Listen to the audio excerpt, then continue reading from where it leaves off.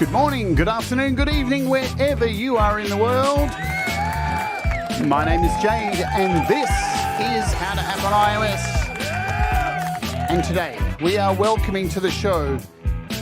Jesus. Development of a void. Are you ready, my friends?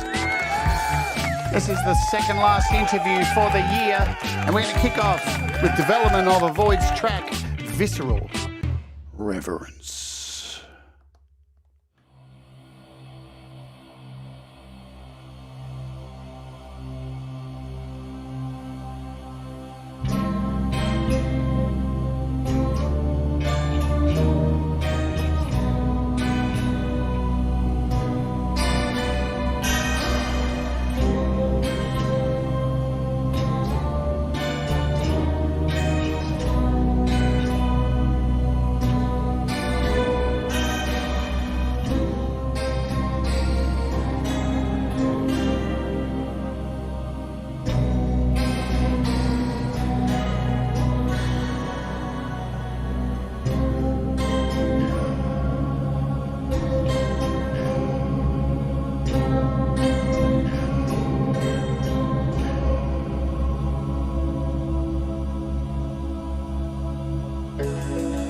It's always done more for less.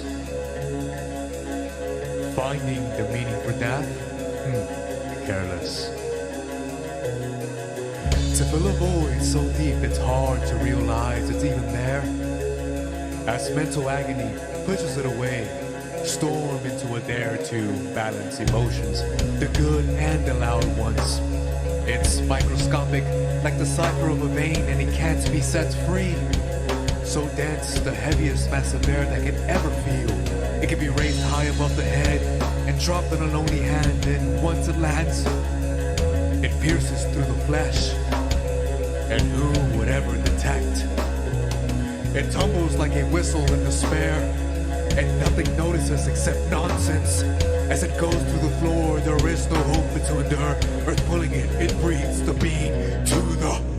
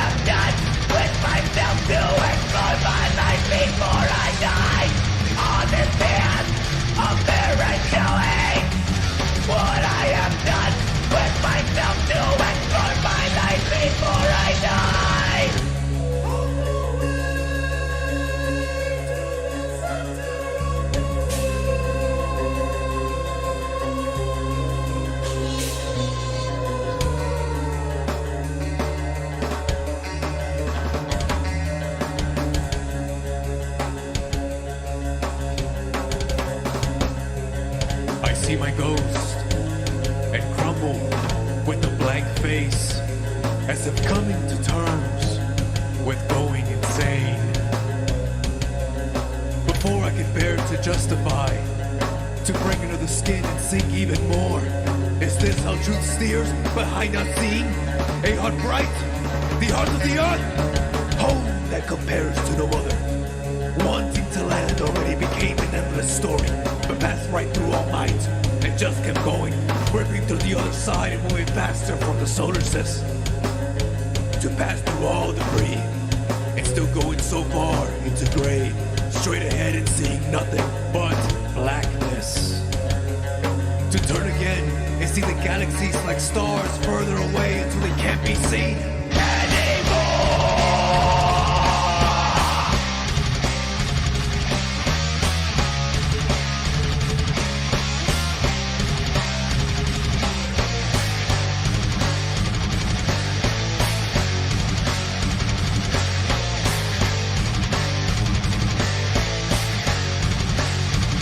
Increasing speed and nothing is stopping. When I'm running, used to falling.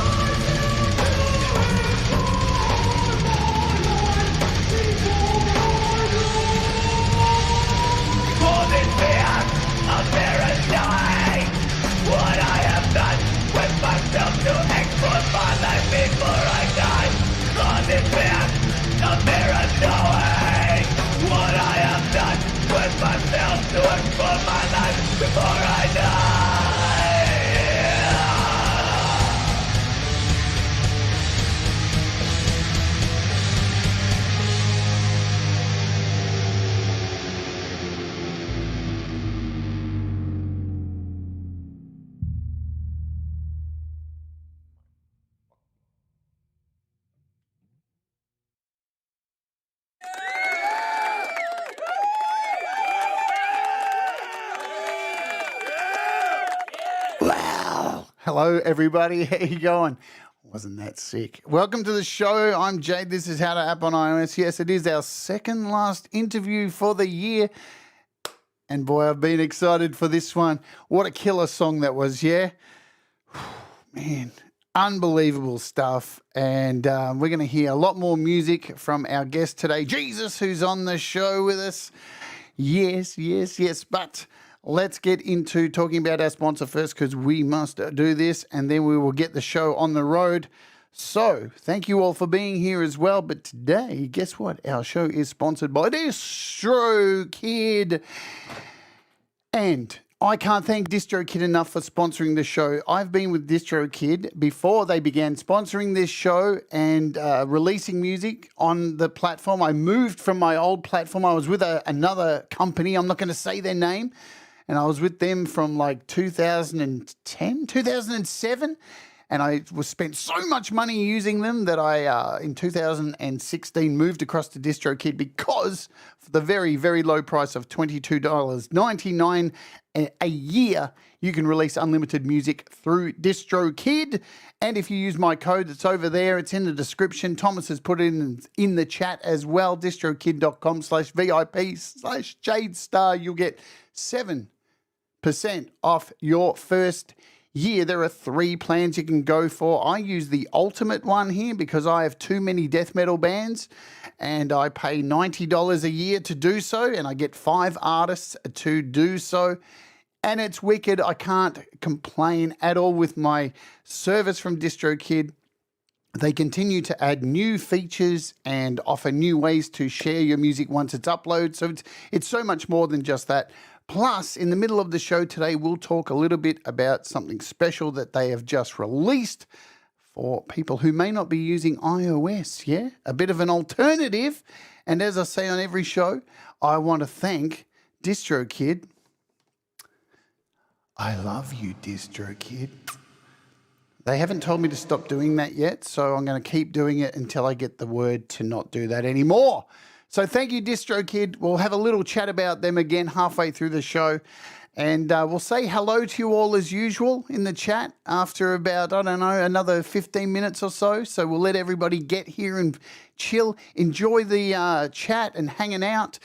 We've got development of avoid emojis if you are a wart warrior. And you remember, there are development of avoid emojis you can throw in the chat and a whole bunch of other cool people that you can use as emojis. All right, without further ado, let me talk about this artist and bring him on right now.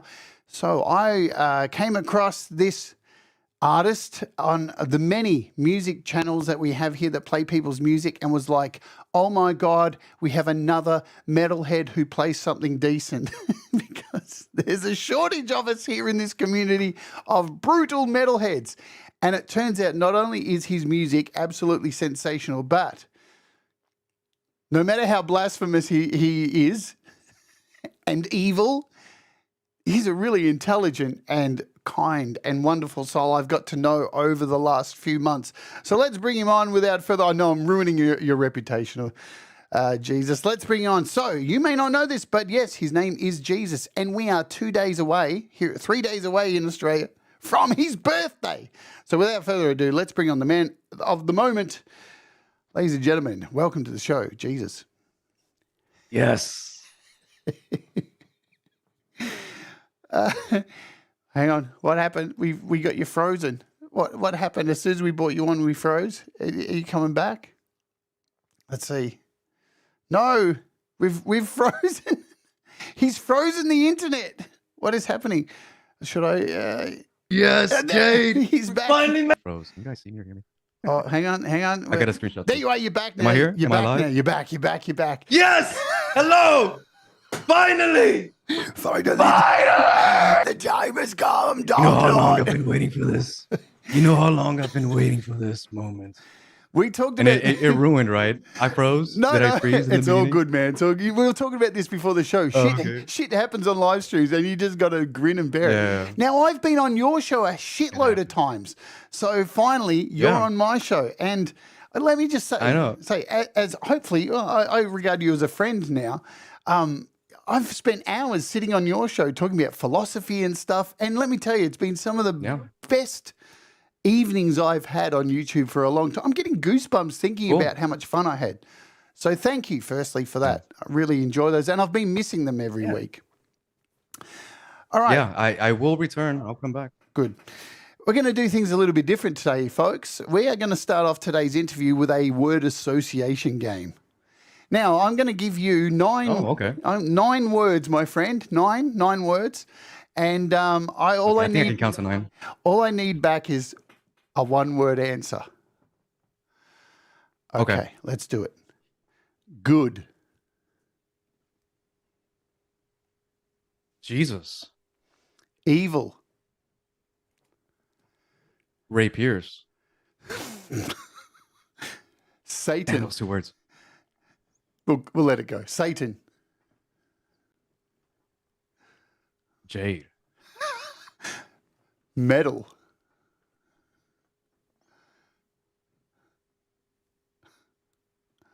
King Diamond. Damn it, those Yes. 2 words. We'll let it go. We'll let it go. Religion.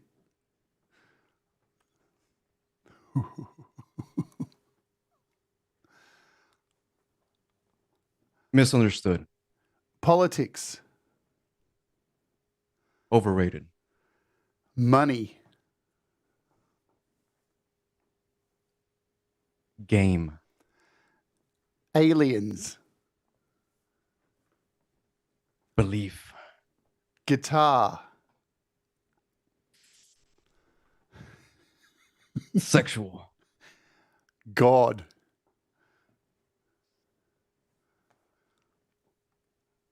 Yes. Okay, well done.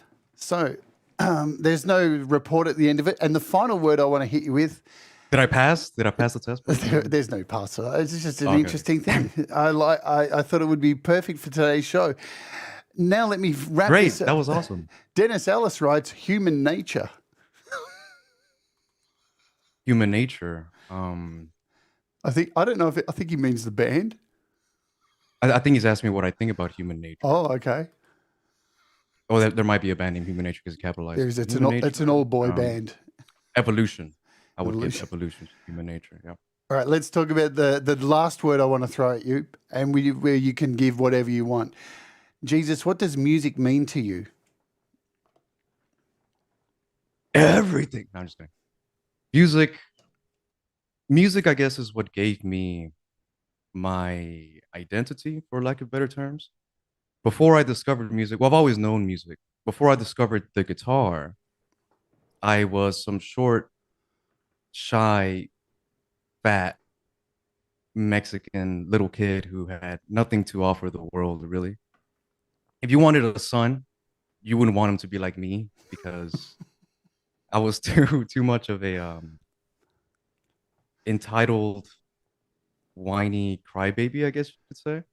I know I'm picking on myself, but I'm just trying to show you who I was before music. I was basically a nobody. And of course, I'm a little kid, but some kids are good at sports. You know, some kids are good at something. They're charming. They might be funny. Me, I just played a bunch of video games and liked the Dragon Ball Z and ate a bunch of food. That's what I was known for. So I had no friends or anything like that. And I was always insecure. I was trying to, in a way, find myself, whatever that means. We can talk about that later. Yeah. Because I don't think you can find yourself. You can only create yourself. But it took me 13 years to discover the guitar.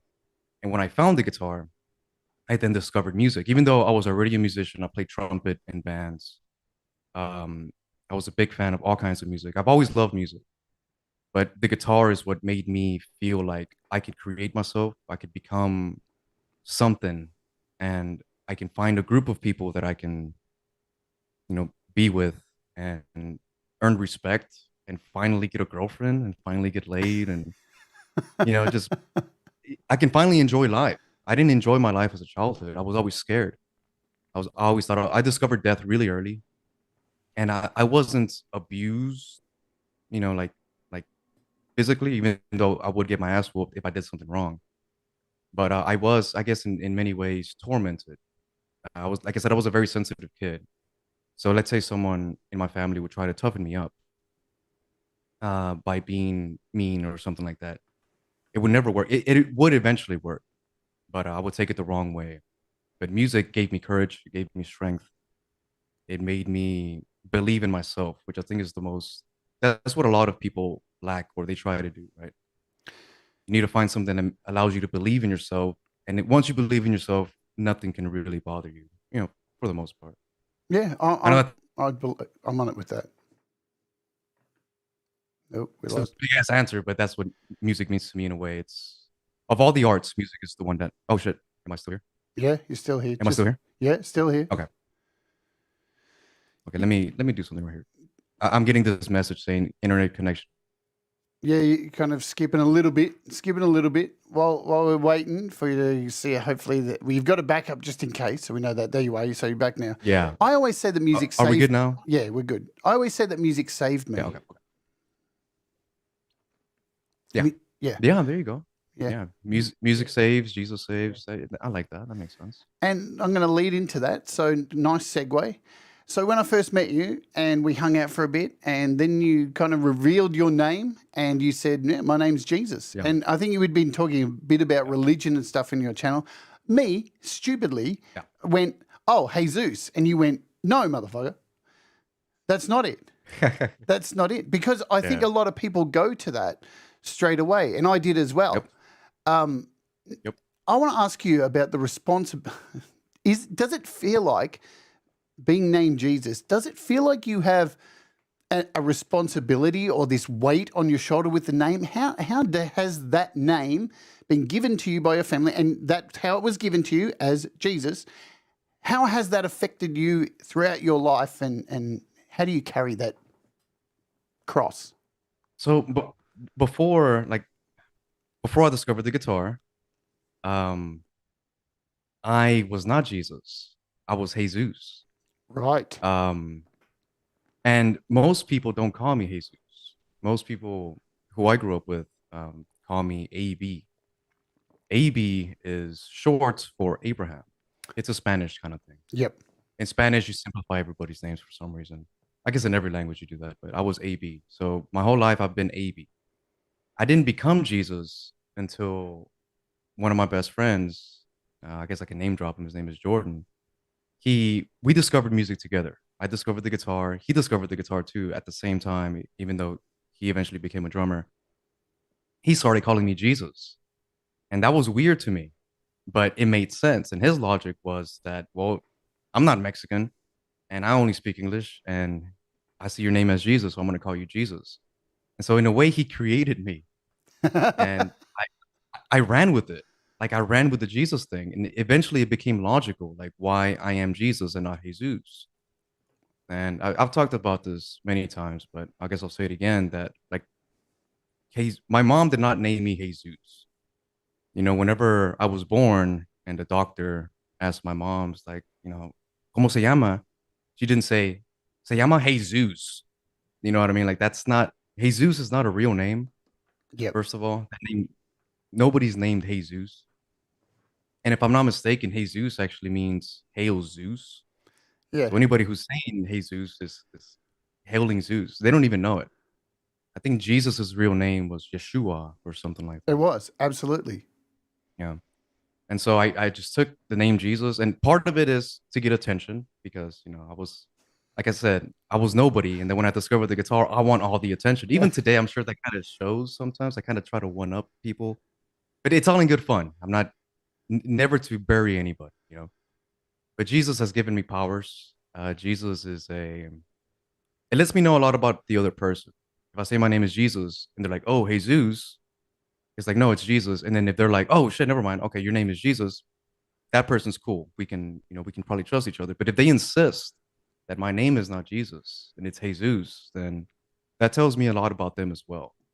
Like maybe they wouldn't tolerate other aspects about me. And I'm not a mean person, and I'm not gonna pressure or urge anybody to call me Jesus. You can call me Jay. You can call me Jesus if you really want to. It's totally fine. It's kind of like a character. Like I'm getting offended because you're calling me Jesus. Yeah, yeah. I mean, what the fuck do I care? It's just a name, really. As long as we're communicating properly, nothing.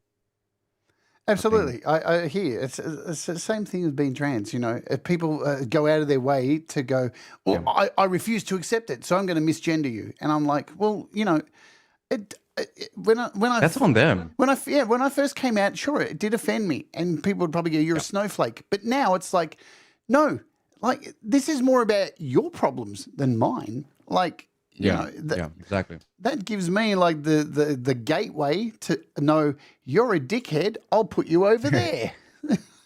That's exactly what it is. And my mom always told me this. She's in the chat, by the way. Hi, mom. Hi, Hello, Mom. there. She's gonna embarrass me. I know she is, but as she should. But she always says, "What other people think about you is none of your business. What you think about me, what they think about me, what she or he thinks about me, it's none of my damn business." And I've always carried that. 'Cause I know that, you know, when you're a kid, other kids want to pick on you for whatever reason. They're gonna make fun of your mom. Yeah, And if they make fun of your mom, all hell breaks loose. You start fighting. And my mom, I remember her telling me, is like, if you ever fight somebody because they made fun of me, I'm gonna kick your ass. And I've carried that my whole life. That, you know, it doesn't matter what people say. It really doesn't matter. I mean, it does to an extent. But if somebody has malicious intent and they want to ruin you, they're gonna say what they need to say to do that. yeah, And so I'm not gonna feed them, you know. yeah. If it's not your name, if it's not your hair, if it's not, it's your clothes. Kids will find Yeah. it. People will find anything. Oh my God! Look at those jeans that you're wearing. Look at it's. They just need to find something, and those kind of Yeah, people, yeah. you know. Do you sit there and wonder sometimes about people? How do they look at themselves each day in the mirror? Not really. I'm a very selfish person.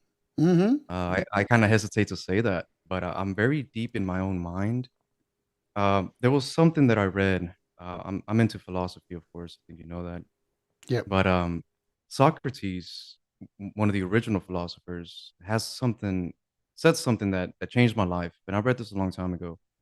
But it's something along the lines of um, strong minds talk about ideas, average minds talk about events, and weak minds talk about people.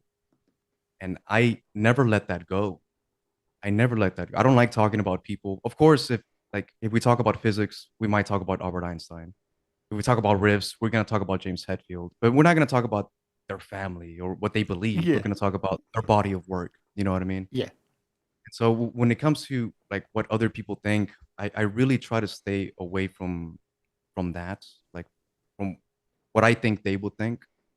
It kind of ties back to, I know back in the days, you're not supposed to talk about religion, you're not supposed to talk about politics, because as soon as you know that, there's going to be some conflict. Well, now that we all talk about religion and politics, I changed it to, I don't care what people's politics are, I don't care what people's religions are, because now that it's out in the open, now it's up to me to not care and not let that bother me. Like I think there's something to learn from everybody, regardless of what they believe.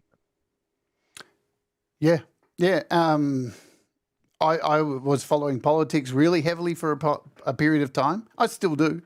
I just don't follow it and let it rule my day-to-day life, because Yeah. ultimately, like, what can you change? I mean, if you fundamentally get down to the simplicity of it all, is there are people in power who are obsessed with money who don't give a fuck about us, no matter Yeah. what side you want to make it.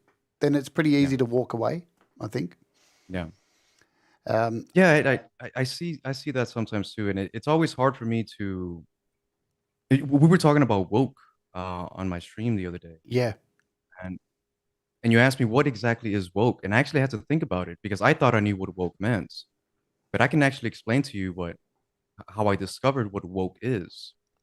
I remember it's actually funny because we like wrestling. Yeah. Do you remember the wrestler Hornswoggle? Of course I do.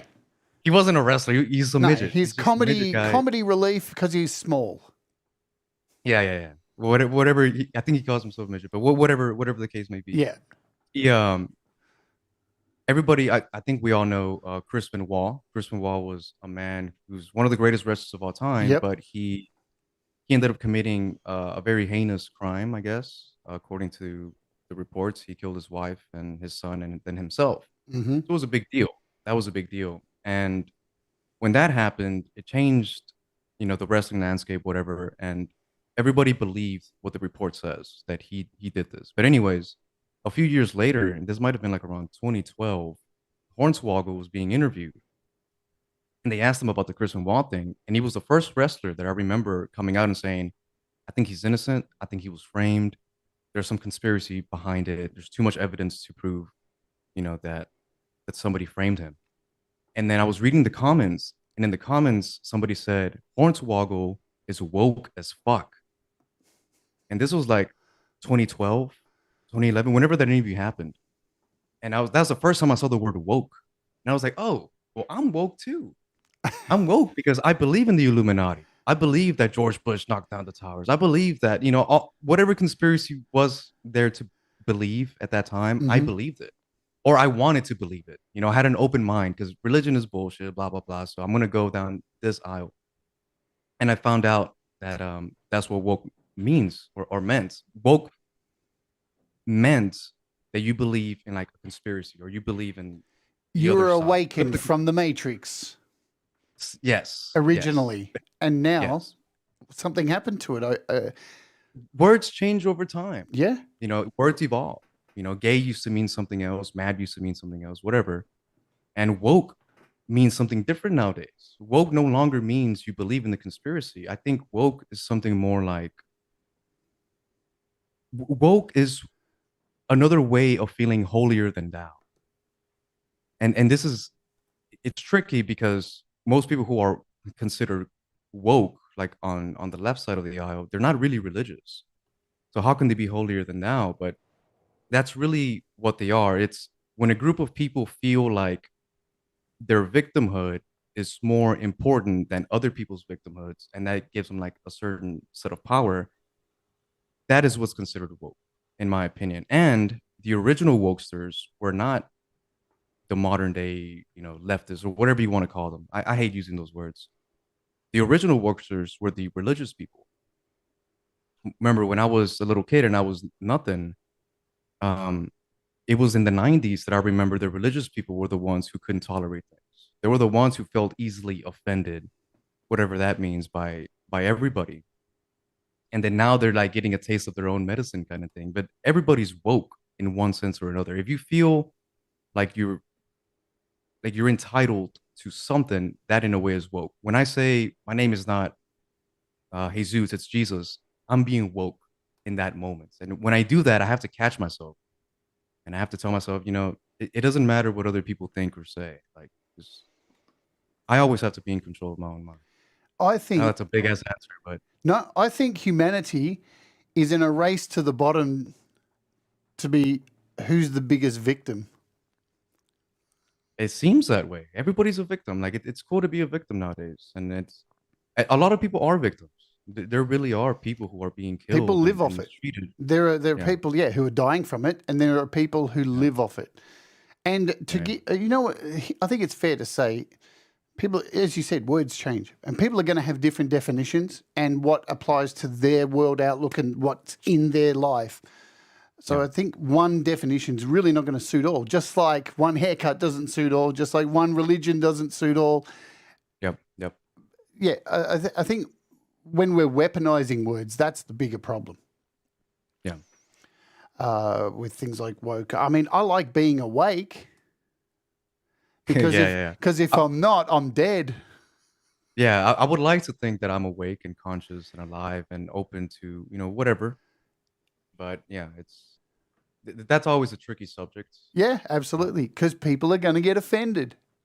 People are going to get offended. And I was going to say that in my intro is like, who are we going to offend today? Everybody. Like, who the hell are we going And to? Like, that's where the hell's okay. Ray Pierce? And that's okay.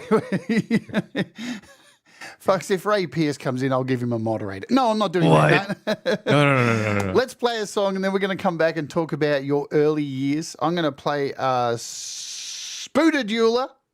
Let's do this, Spooderdueler. and then we'll come back, and then we'll say hello to everybody here in the chat.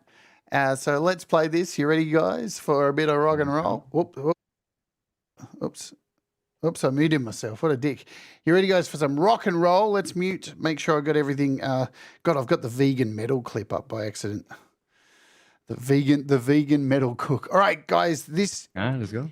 This is. Let's do it. Let's go. Are you ready to rock? Let's go now. Are you ready to rock?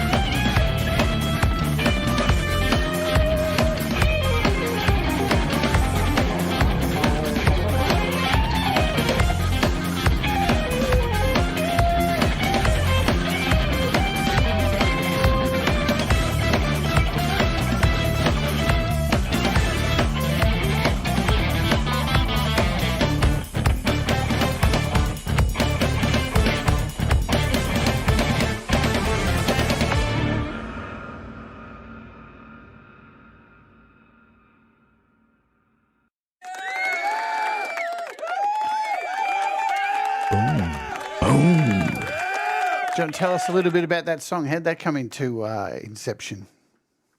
So last year, what was it last year? Yeah, last year I decided I wanted to learn how to record and mix and do all the technical stuff because until then I was just, guitar player slash songwriter.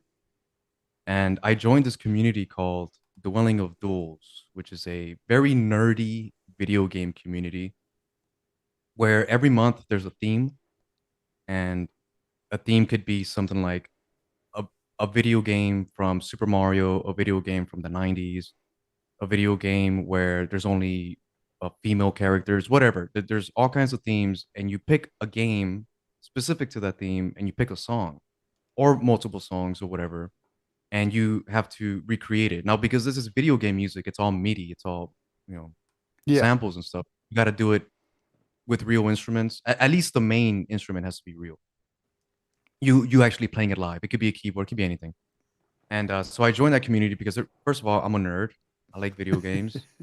I like video game music. It's actually my first love of music. I think we'll get into that later when you ask me, more music questions. But anyways, that song right there was for, I forgot what month. I think it was May or something. But by then I June. had made some friends. June. Okay, you got it. You know more than me. Yeah. And I got that. The theme was, I think, something like video games that have movie licenses to them. And Spider-Man is one of them.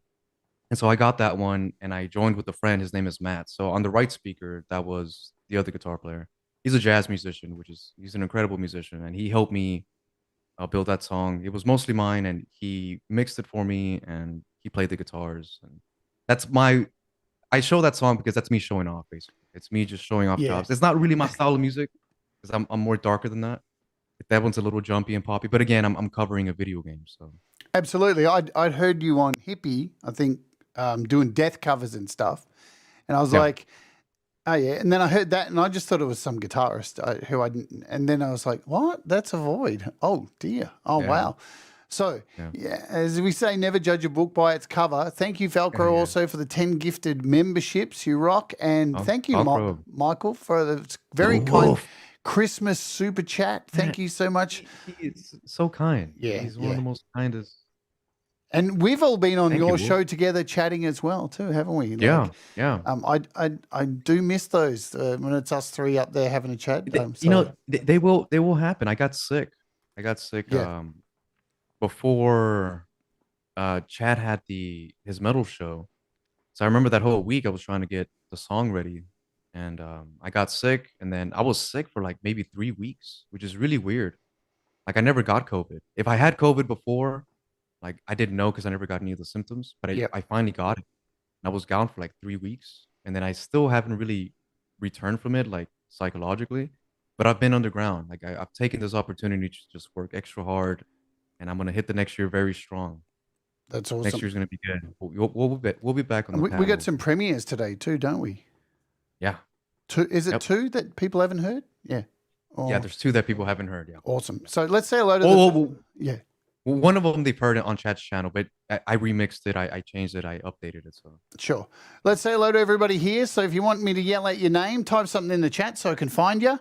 Alrighty, so we got Independent Many United, we got The Real Justine, we got Conspiracy Music, Thomas Christ, of course, we got Michael here, the Velcro's in the house. The Velcro. We have Pookie Ann, of course, happy birthday. Happy birthday, Pookie. Today I feel like Pookie because it feels like all eyes are on me and I feel extra special today. We got Ala Grenada. Is that the Grenade? We got Abe the Band. We have Chris Lane Senior, the Semtex Cow, Ed B Metal Types Boobs. Of course he does. Michael Songs. Unicorn. Alex Backus, Gregory O'Sullivan, Robbie Stengel, Rise of Dark Leela, DJ Big Red, Kinger's Music. Hello, he's probably on he's saying something. That's good. Scars and Shadows, Blue Unicorn. Ed, did I say Ed B Metal? I think I did. The Booze in the House, Tremor. Amadeus. Mateus. Is Mateus? Amadeus. We got, who else? I think I got most people who've typed something to me. I see. Many Vibes. Many Vibes, Empirism. I'm scrolling up now. Cold Acres here as well. Natty was here earlier. Natty's my mama. Yep. Your mum's here. So many of you who are here. I'm trying to scroll back. Dennis Alice is here as well. I'm trying to capture you all. It's really hard to get everybody. But if you haven't written anything, your mum's in the house. There she is right there. Hello, Oh, hello. there she go. Little donation. But did she send a donation as well? Oh, thank Yeah, you. she got you. Thanks, Mum. Got Thank you. you so much. And speaking Thanks, of Mum, that's kind of where we're going to head now. Jesus, do you remember the music that was played in your household growing up by your mum and dad and Oh your yeah. family? And who were some of Oh these yeah, artists? yeah. Did they influence you or did they horrify you? Ah, I can finally embarrass my mom. Nah, she doesn't get embarrassed about anything. Uh, yeah, my mom, she loved ABBA. ABBA is Nice. actually, I know you probably wouldn't have guessed, but that has been a big influence on me. I mean, it kind of isn't now. Like I don't listen to Bless. ABBA, but in the unconscious mind, it's like ABBA was always there because they're incredible musicians. Was that one song? Yeah. Whatever that is, like that's a guitar sweep. You know, that's some Ingwe Malmsteen stuff right there. If you translate it to the guitar, but that I remember listening to a lot of that. I remember listening to classic rock. My dad loved like Dire Straits. Well, he only liked that one song. Eh, Um, no, no, no, no, no, yeah. no. No, not that one, not that one. Not that The one. other, the Sultans of Swing. Oh, yeah, that's a great song. That's a Yeah, great song. that's a great that's like a Hotel California kind of caliber, but not as cringy. Like it still holds up today, I don't big think you get time. as many copyright claims for it either as Hotel Yeah, California. yeah. By the way, I am going to be performing on the 30th with Michael's songs, and I have a little surprise for you guys on that show. But anyways, other music that I listen to, the music that I actually fell in love with, uh, is Sonic the Hedgehog.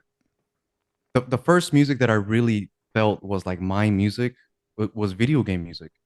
I remember playing Sonic the Hedgehog 2 and leaving Sonic alone. Like I'm not playing with the controller. I'm just listening to the music of every single level. And that always that music means a lot to me, more than like real music, to be honest. I don't know why.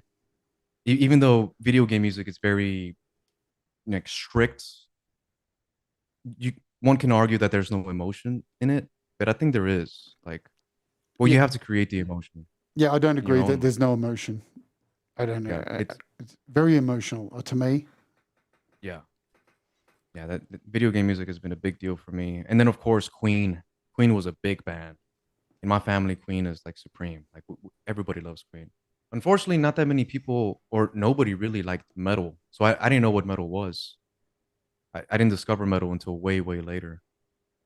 But there's other bands like Spanish rock bands nobody here knows, like Caifanes, Café Tacuba, stuff like that. Yeah, It's I can talk it's hours about. interesting about video games because I'm exactly the same as you. I'm a massive retro head. Even my alarm on my phone is the theme music from Wonder Boy. Dun, dun, dun, Yeah. Oh, dun, there you dun, go. dun, dun, dun, dun, Yeah. dun, dun, dun, dun, dun. I mean, even in one of my Yeah, songs that's a by good one. Kindercore, there is a Wonder Boy melody There you I go. put in there, and I There mean, you go. I'm a massive 8-bit, 16-bit video game Yeah, yeah. junkie.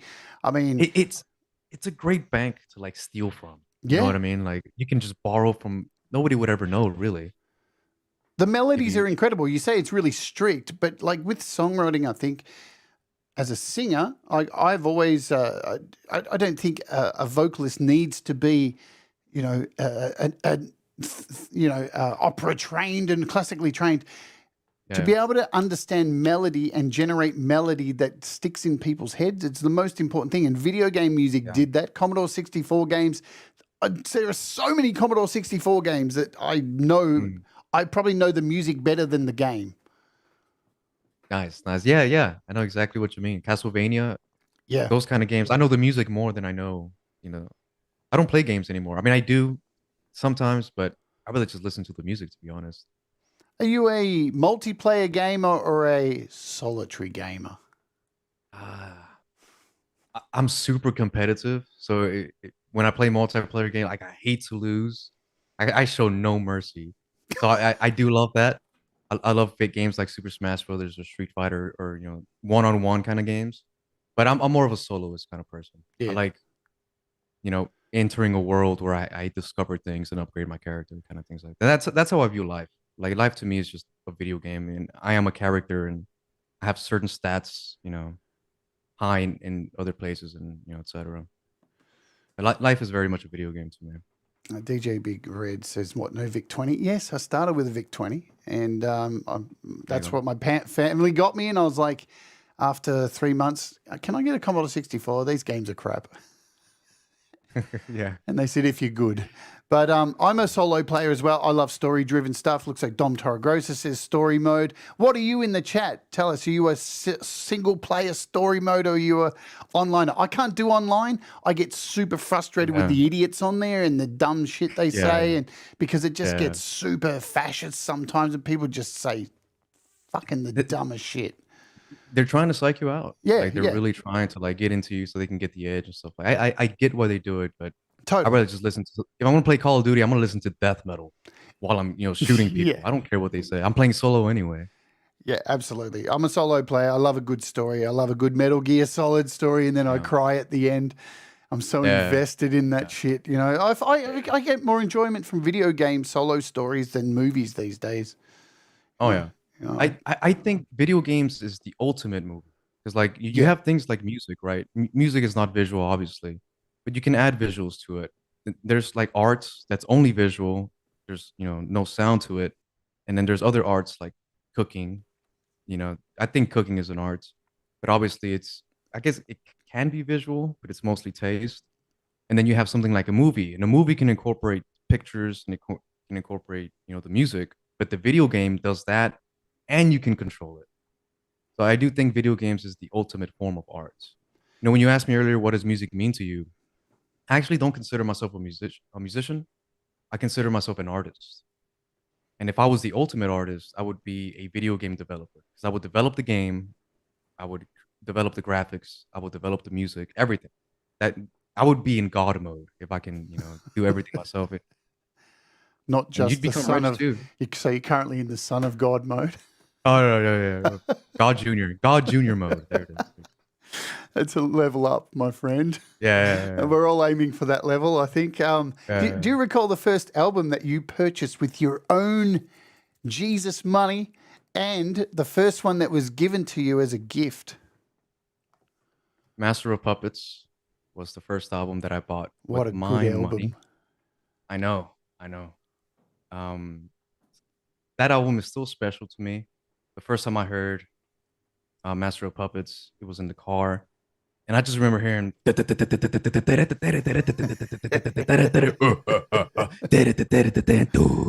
ending, and I Yeah. was like, "What the fuck was that?"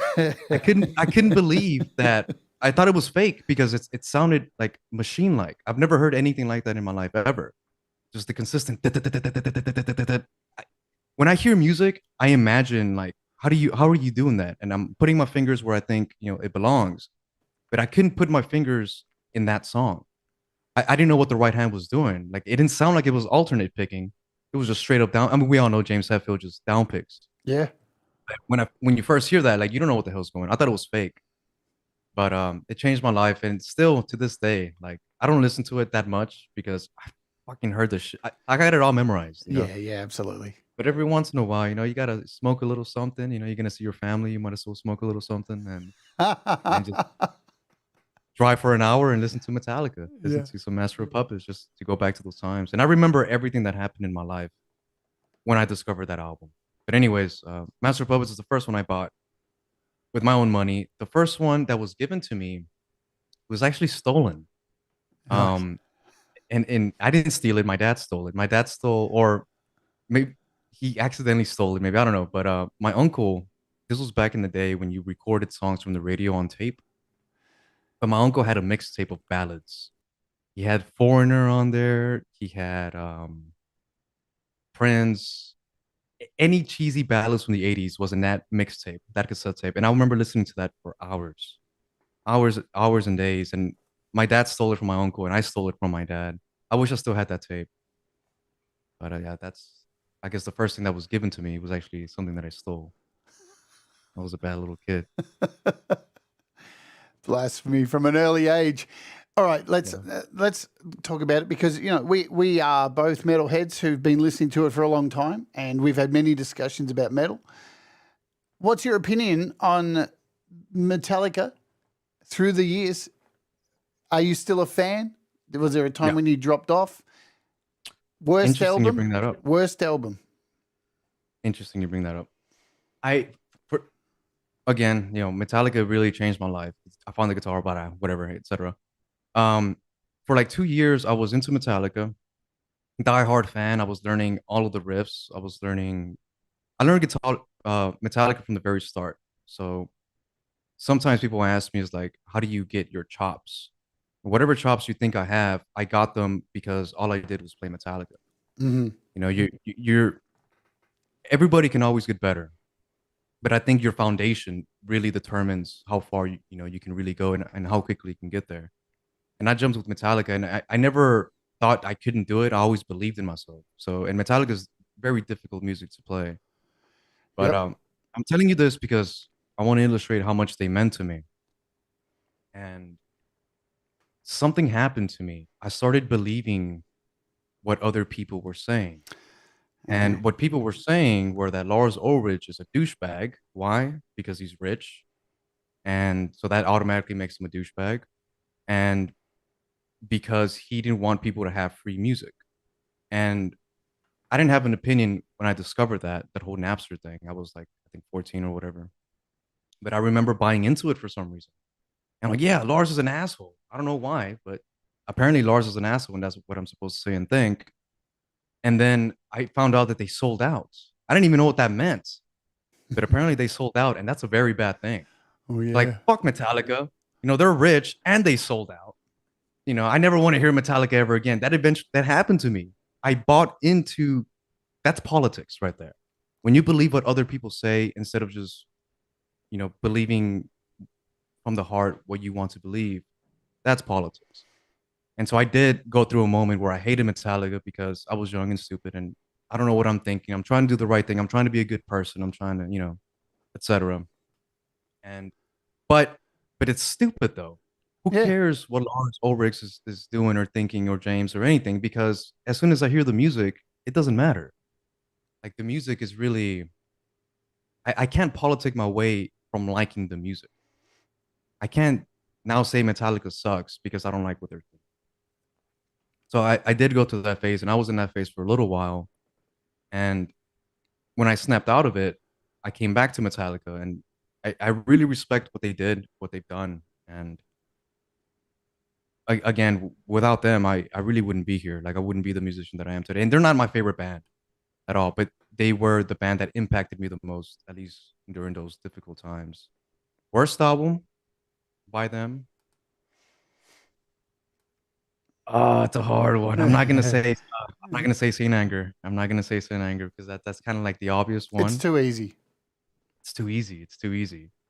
And I remember being very disappointed when I got that album. But the worst one, I can't name any of the recent ones either because they're too new. I I think like all the new ones. I listen to them all. Mm. I don't know if I can pick one to be honest, but I will give you an answer though. I will pick Load. Yeah, I'm on that. I'm on the same load. I will pick the Load one, even though I do like Load. Like the older that I get, the more I can listen to Load, the more I can listen to Reload, the more I can listen to the musicianship behind the songs. Not so much, what the song represents, because I love And Justice for All. Like I Oh, love that album a lot it's insane. Yeah, from a technical standpoint. You can play to write a 10-minute song. That's kind of hard. It's very difficult. you're an expert on that. Yeah. The thing is with Metallica, right? Every album's flawed. No matter what, there is no perfect album. Although Rain in Blood comes pretty close, but every album has its problems. And people talk about the bass missing off Justice for All. People talk about the drums in Saint Anger. For me, why I don't like Load is because everybody cried about the Black Album going, oh, they've definitely sold out now. And to me, the Black Album was fantastic. There was like when I heard Nothing Else Matters, I cried and I put it on repeat and I cried and cried and cried. It was amazing. I don't give a shit. But when I heard Load, something changed for me. It was just what I didn't like was the lyrical content, writing about cars and fuel and shit. I was like, that's what? lame. Well, I'd rather hear about mythical monsters and stuff like that. That's why I don't like Load. Yeah, it's easy to pick on the drums in St. Anger, but at the same time, that was the introduction of Rob on bass. So for one thing that was bad, we got one thing that was sick.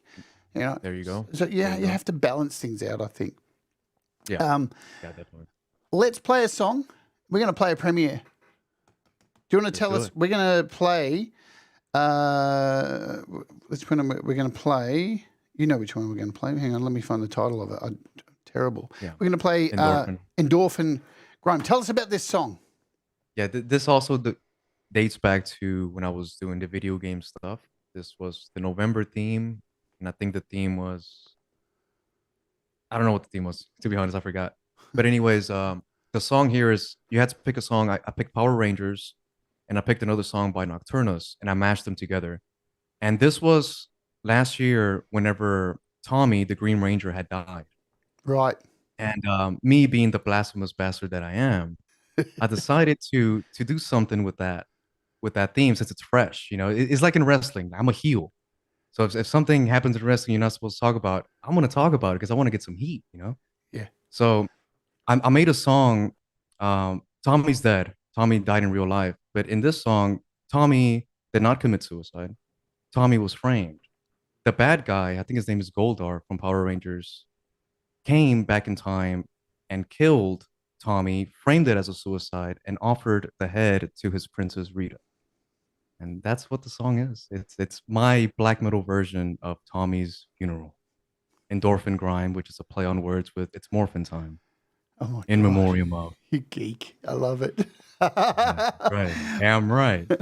All right, folks, let's play this. So Jesus has been cool enough to send me the track with a piece of art. I've put it together and we'll play it right now. I'll see you back here shortly. Let's Oja.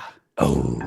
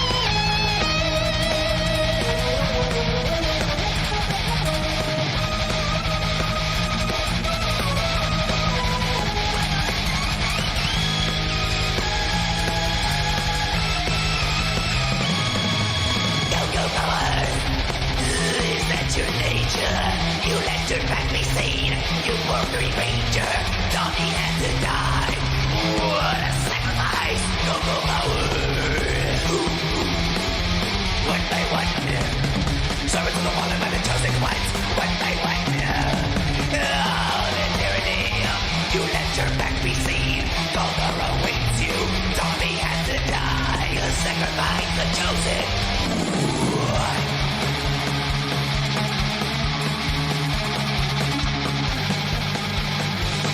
Princess Rita, take my upper ring. Princess Rita, take the severed head from me.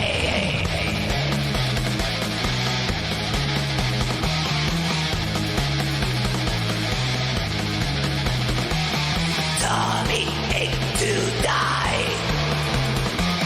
That's suicide.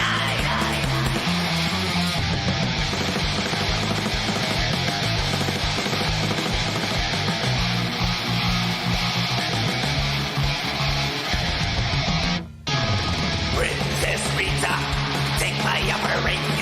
Princess Rita, take the severed head from me.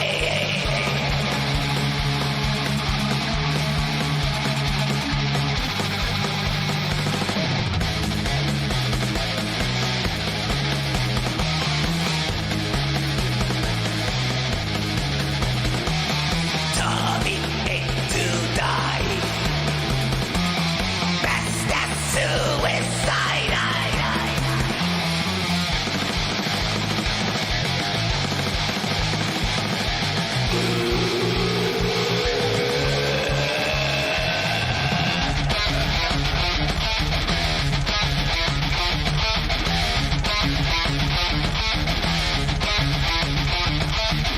Golden stranger, death ranger. Golden stranger, death ranger.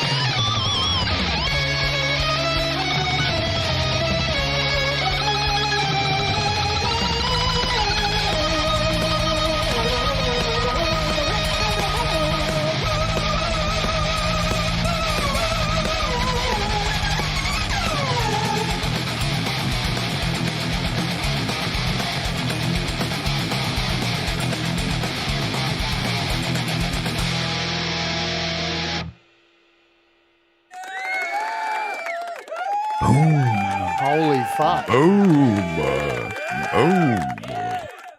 Jesus Christ. What is going on? Now, you're probably thinking that's clipping, mate, but it's going out at a good level. To us, it's a little bit louder, but it's going, okay. It's going out all right, Okay, cool. trust me. Okay. No, it's fine.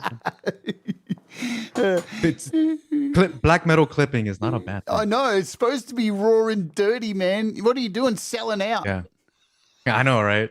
I'm a professional at selling out. Let's talk about selling out for briefly. Yeah.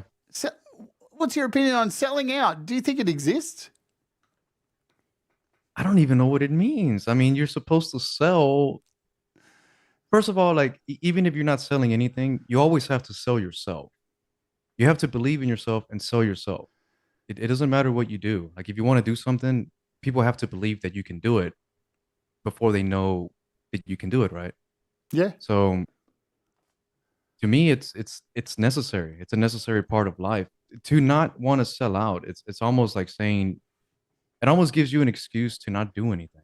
Like if you don't want to do anything, you should believe that selling out is a bad thing. That way you don't have to sell out and you can justify, you can hide behind a pseudo morality. Really, it's just cowardice, in my opinion. We live in a capitalist society where you're encouraged to grow and get bigger and make money and do all this kind of stuff. As soon as you're a band and you sell a sticker or a demo tape, you have sold out, my friend. Yeah. That's it. There's no you know, it's funny how we take words and weaponize them. That's all it is. Yeah. It's control. I think that's the bottom line. We want to control other people's, ideas and thoughts or whatever. And I don't know. I was controlled by that thought. Don't sell out. Like I don't even know what that means. Like what am I supposed to do? Like starve to death? Like yeah, exactly. And speaking of selling out, ready for a segue right now? Let's do this. Let's see if I can do it. Today's sponsor is DistroKid. And let me bring you up here with me as well. So man, I am the segue queen. No, but I love selling out because now that I sign up to DistroKid and get my music released across all streaming platforms, right? Spotify, Apple, all that stuff. Guess what? Spotify give me about this much money, and I've sold out. That much? You know, that much.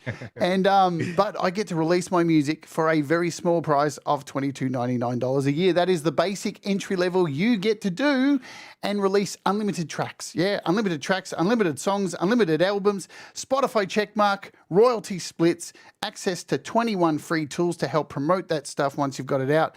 Plus, you get synced lyrics, put your lyrics, you can sync them to Apple Music and all that jazz. Plus, there is something new that has happened, and I think here it is. I can announce right now that as of today, the DistroKid app is available for Google Play on the Google Play Store. So this has just happened. It's already out on iOS, and it's totally free. It's another one of the perks of being a DistroKid member. You can check your earnings. You can upload your music through the app. You can pretty much do a whole bunch of stuff, and here is the app on Google Play. So I know it's really hard to make music on a Google device because it still hasn't caught up to iOS, but now at least you can check your stuff, upload your music all through the app. So that is a bargain, in my opinion. And the one good thing, well, amongst many good things with DistroKid, is they keep adding new things for the same price.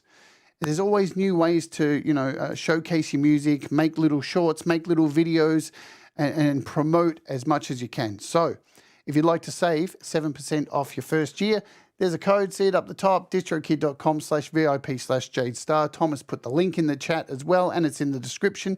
Click it, use it, sign up from that link, and you'll get 7% off your first year. As always, I want to thank my friends, my lovers at DistroKid. DistroKid, I love you. I love you, DistroKid. I love you, DistroKid. I love you, DistroKid. I love you, DistroKid. So we just briefly talked about selling out. What would you describe your style of... hang on, before we go there, I want to ask, what was your first guitar? It was the guitar I learned on was a Telecaster, a red Fender Telecaster that my uncle had. And I played it for about 3 months, I think. And then he wanted it back. And then he gave me an Epiphone, and the 15th and 17th fret didn't work, which is really annoying. But my first guitar that was for me, that my mom bought me for Christmas, I think I was 14, was a Washburn. Just a generic dinky looking Washburn, which I wish I still had. They were big in the day. All the time. They were a big brand back in the day. Yeah. Yeah. Washburn was a big deal. Yeah. Dimebag was with Washburn for a little while. Mm-hmm. Yeah, I missed that guitar. But yeah, that was my first guitar. Washburn. And the first guitar I bought with my own money was a BC Rich Beast, made popular by the band Deicide. That's solid guitar. And now you have quite a collection of BC Riches, don't you? Are you addicted to BC Riches? Yeah. I'm addicted to evil looking guitars, and BC Rich delivers. You know, they deliver. They really do. I mean, some people look at their children and they're like, I love life. I'm looking at my guitars and I'm like, yes, like I know why I'm alive. I'm looking at my babies over here. Yeah, I have a BC Rich addiction for sure. Yeah, I had a BC Rich, I had a Warlock, and somebody stole it, man. It was the worst day of my life. It was the worst day of my life. I saved up so much money for that. It was like $900. It was the most expensive guitar I'd bought at the time. And I know who stole it too, unfortunately. It was my girlfriend's brother, who's a hardened criminal. But I couldn't prove it. But yeah, there was no one else. But yeah, when you lose a guitar like that, man, I cried. Yeah. I cried more than when I lost my ex-wife. Yeah, first guitar I was telling you about, the Washburn, I let a friend borrow it, and I was feeling sorry for him because he had got kicked out of his house and he needed a guitar. I'm like, yeah, I got you. You can borrow my guitar, and he fucking disappeared. So What about there goes my lessons? first guitar. What about lessons? Did you have guitar lessons or did you like wing it? I remember when I got my first guitar, the way I thought in my head, because I couldn't afford lessons or anything like that, was to just run around the backyard and play Anthrax and Metallica through the speakers of the window of my bedroom, and didn't care what I was playing here, but it was all about this Yeah. I feel you. before I learned any of this. I got you. How did Lessons for me, Yeah. the only lesson I got when I wanted to play the guitar, I told my uncle, how do I do this? And he said, okay, look, kid, these are tabs. This is the internet, first of all. This is the website called Tab Crawler. These are the tabs. This is how you read the tabs. I'll see you later. And the first thing I ever learned was Under the Bridge, the intro to Under the Bridge by Red Hot Chili Peppers. Wow. And as soon as I did that, I learned that I can play guitar. That was the only lesson I ever took, learning how to read tabs. And then from there, here I am. Do you think guitar is more about feeling? Even I've played in bands with people who are very technically scale driven and stuff, and they've had as much feeling as a corpse. They're technically brilliant, but they just didn't add, like their solos didn't never fit in the song. Then we had it in one of my bands, we had one guitarist on this side, one on the other. This guy was technical and a real stick in the mud, like hanging out with C3PO.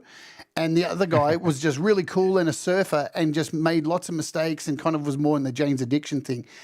But the surfer dude had more feeling. Yeah. Is there a benefit to either? Oh yeah. When I started playing, I had no feeling at all. I was that 3CPO jerk who's Right. just like interested in on the technical side of things. Mm-hmm. And that's mainly because I didn't have a personality. Like I was discovering myself.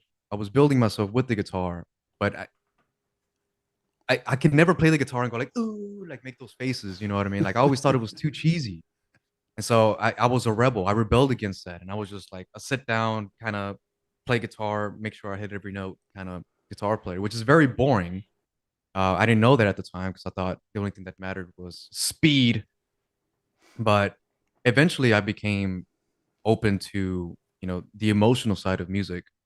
And I think if you're going to be a musician, you should start on the emotional side because I feel like I could have been 10 times better today if I took the feeling side of music more seriously.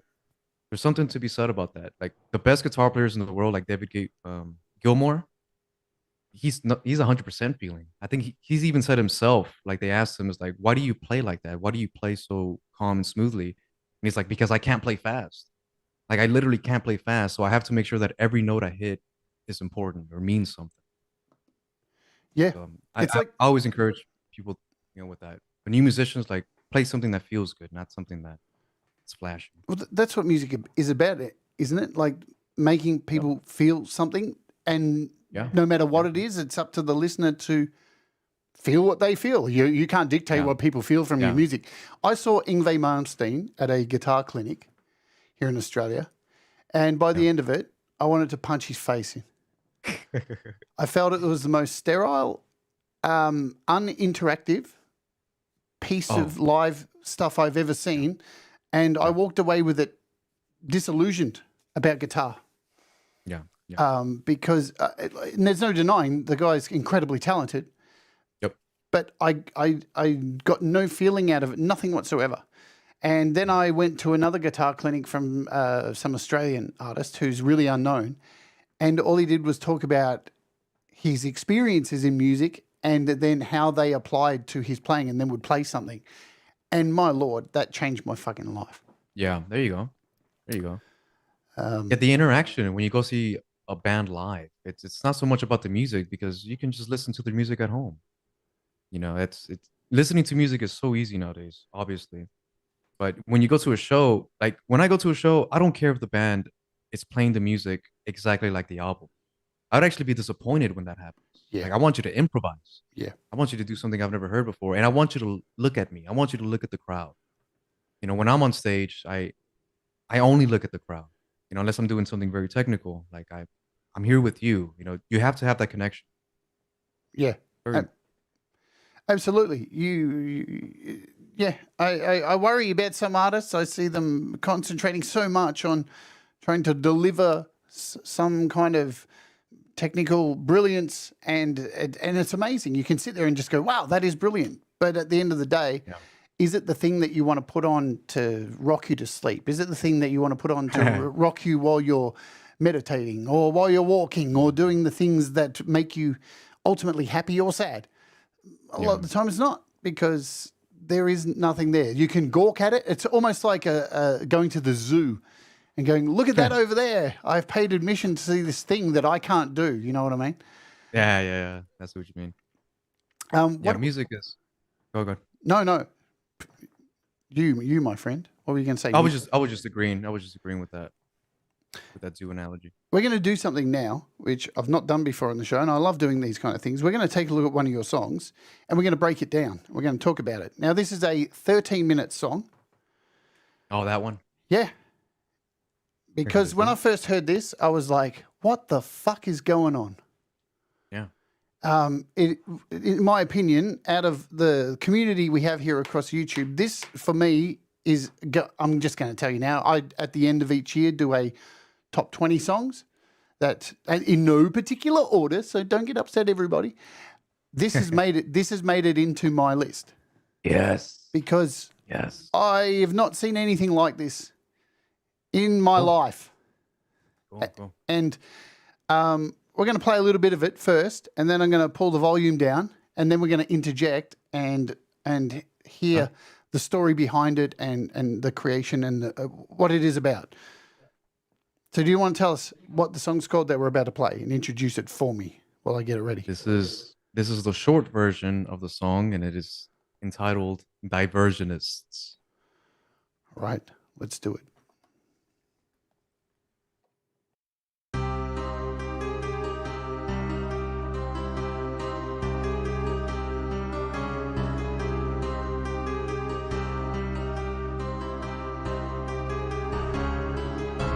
In the stars I see barbarian king, blocked by cosmic rays, left astray, forsaken.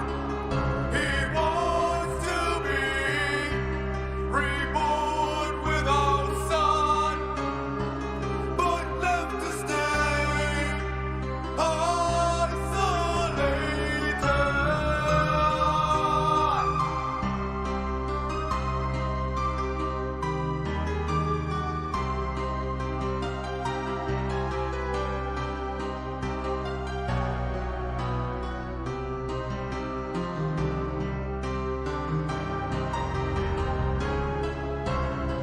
She drew her visions in his own light from galaxies so far away. Pull your creamer.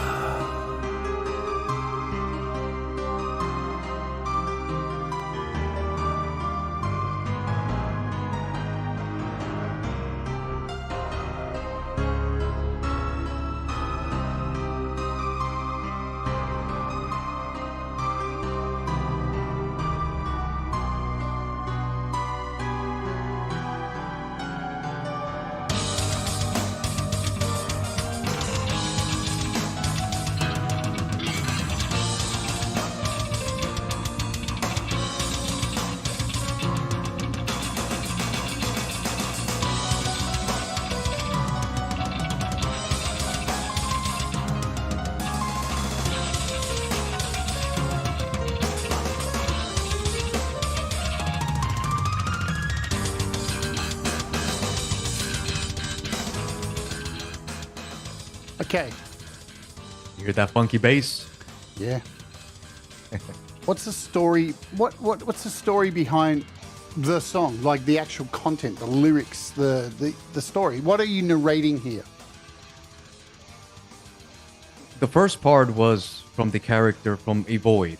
That is the character A Void, and he is the narrator of the story. He was just saying what he's seeing. He's seeing a caveman, who is me, who is broken into pieces, and then he is seeing an alien girl, which is someone that I used to know, who randomly, for some reason, just disappeared. And this story will then explain what happened, why it happened. It's still incomplete. Like I say, this is a short version. The full version is like 31 minutes long. Holy shit! So is this in parts as well? Is this a Yeah.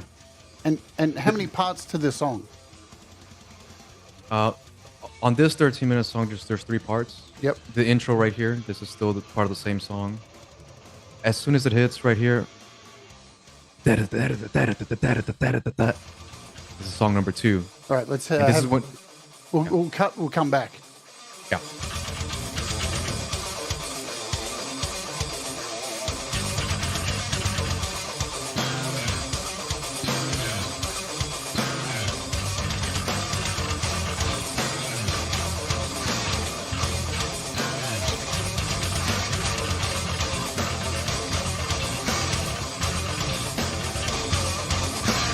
I am at ease on this quiet night.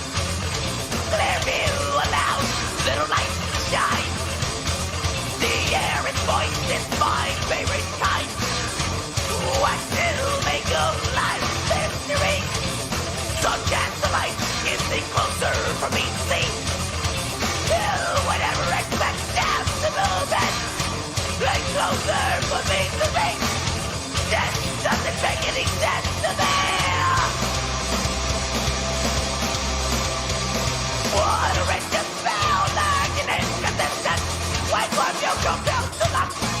Just a glance is all that I want. Just a little gift to myself. I found it every step.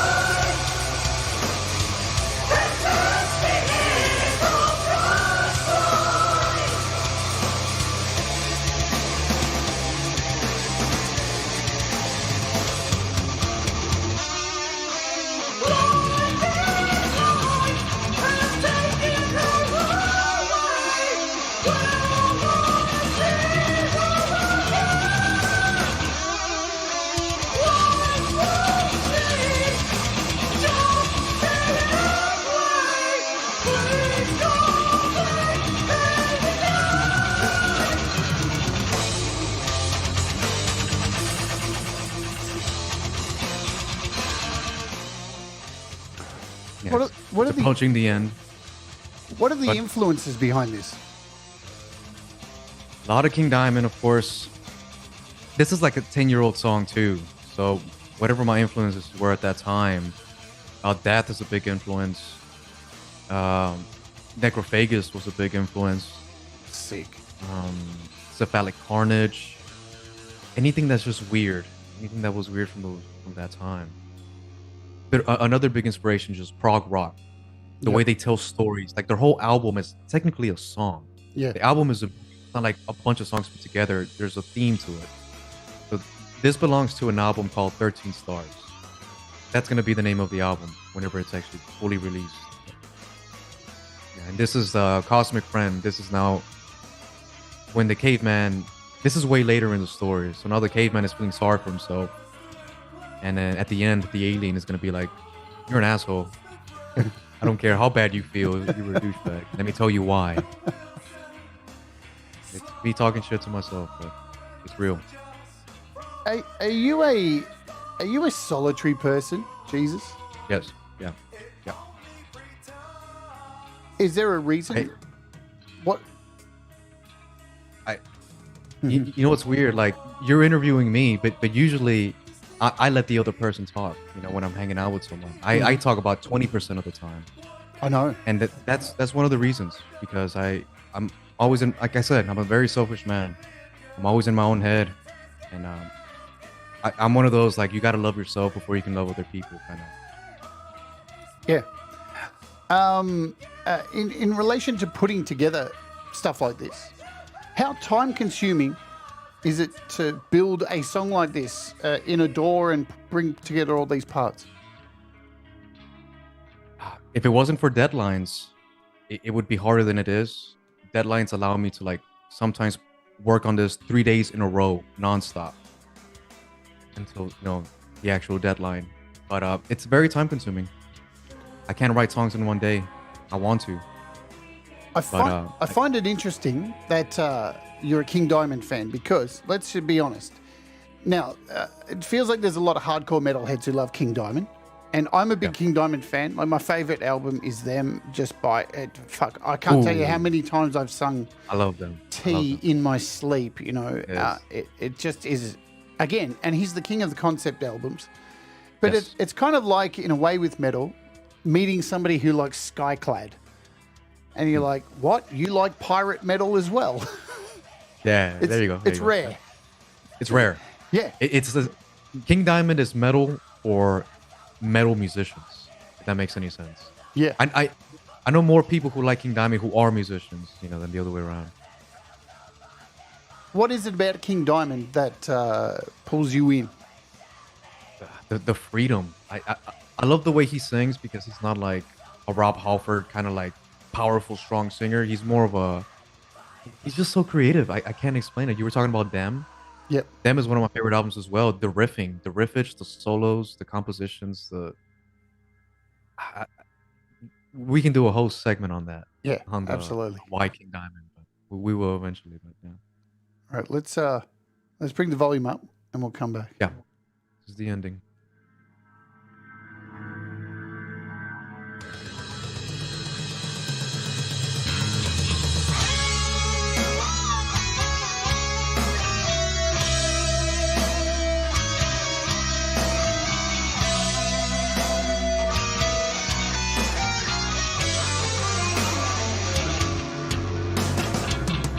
I come from galaxies so far beyond your way.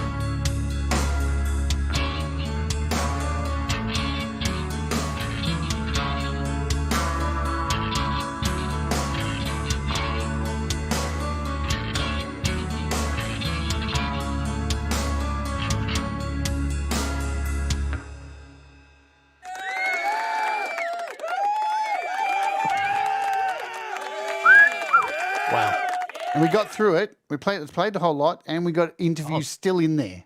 See? Yeah, that's awesome. That's cool. I need to write more 13-minute songs so we can do this again.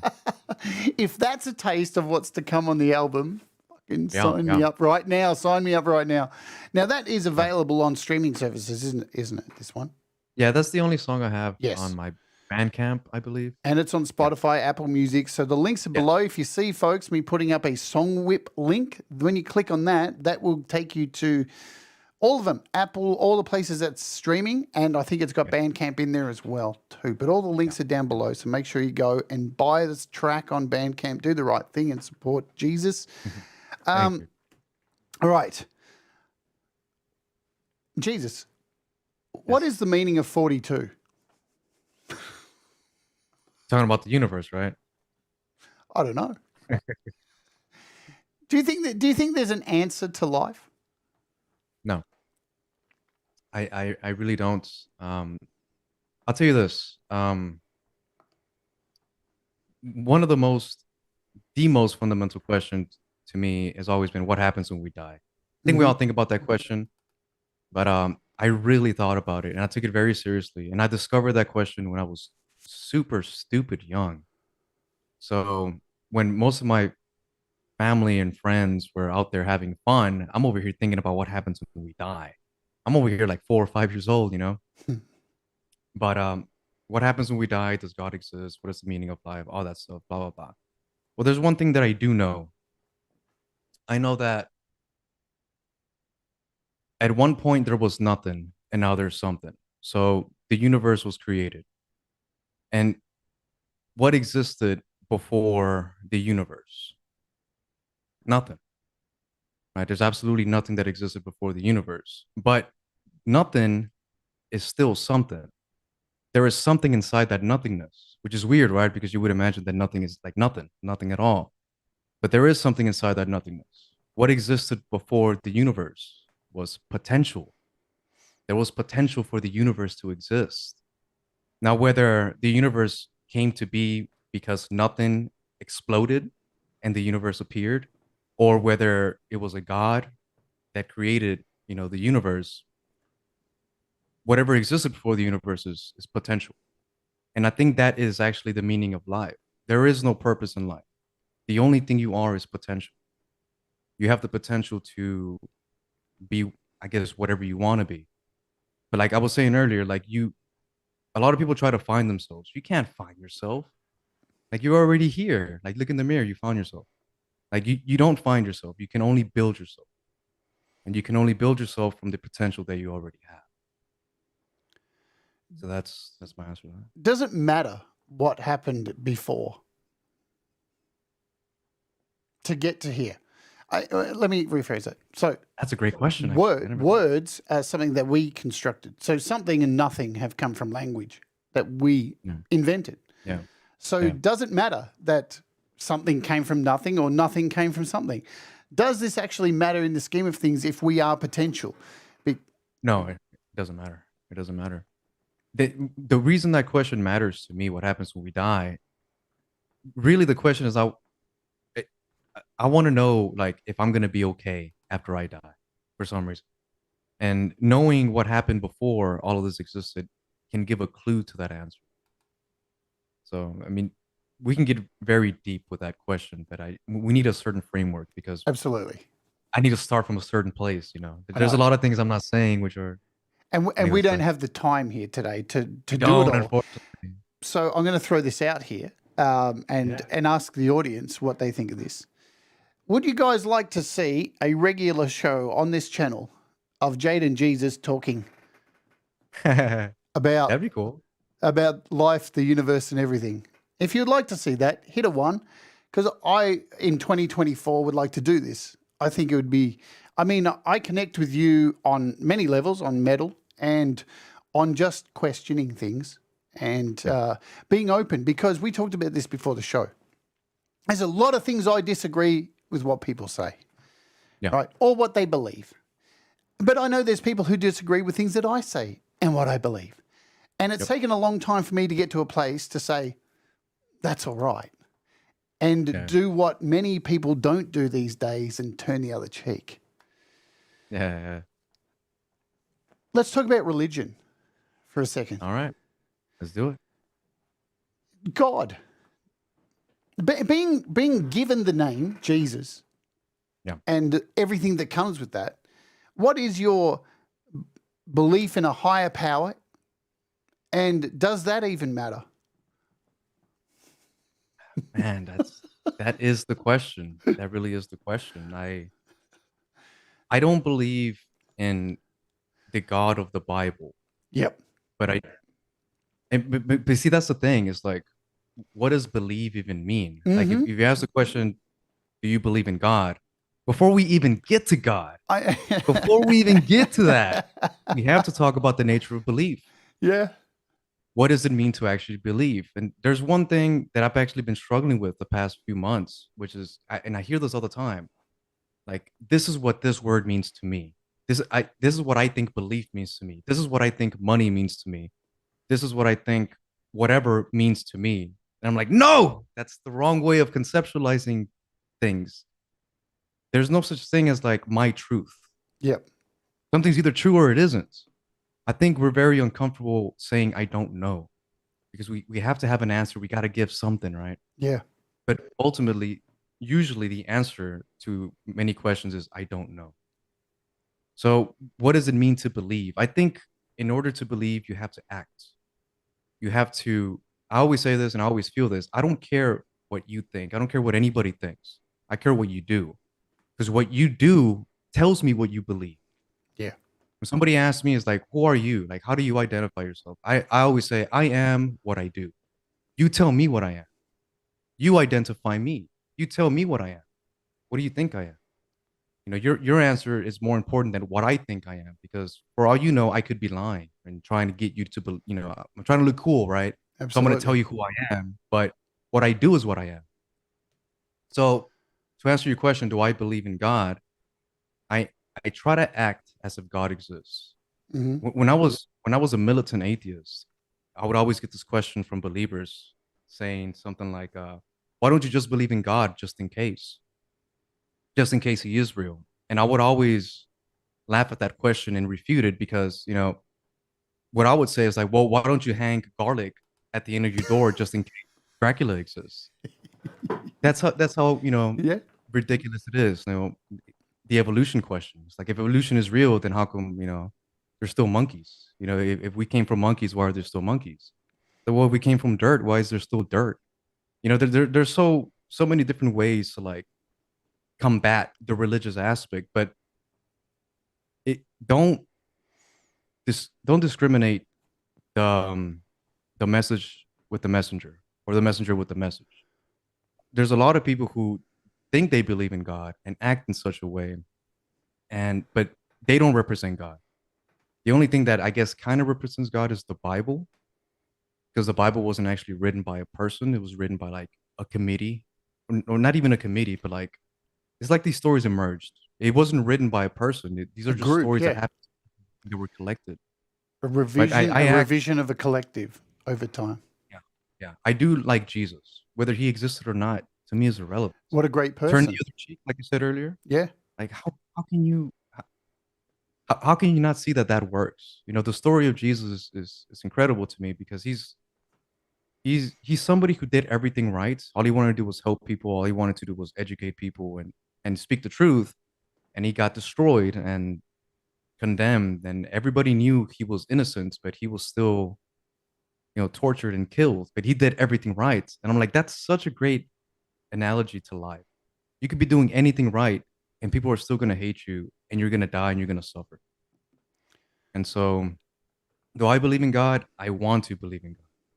But it is up to you people out there to tell me if you think I believe in God. Yeah. And look, the concept of Jesus Christ is amazing. Like that is like I look. I've read the Bible, and I know organized religion. I know what it's all about, and I have my ideas on it. But Yeah. the concept, what I took away from that is this is a person that tried everything to be Yeah. good and is fallible, because we all are, because there is no perfection. And not all your ideas will be correct, and you will be wrong, and you are able to correct that.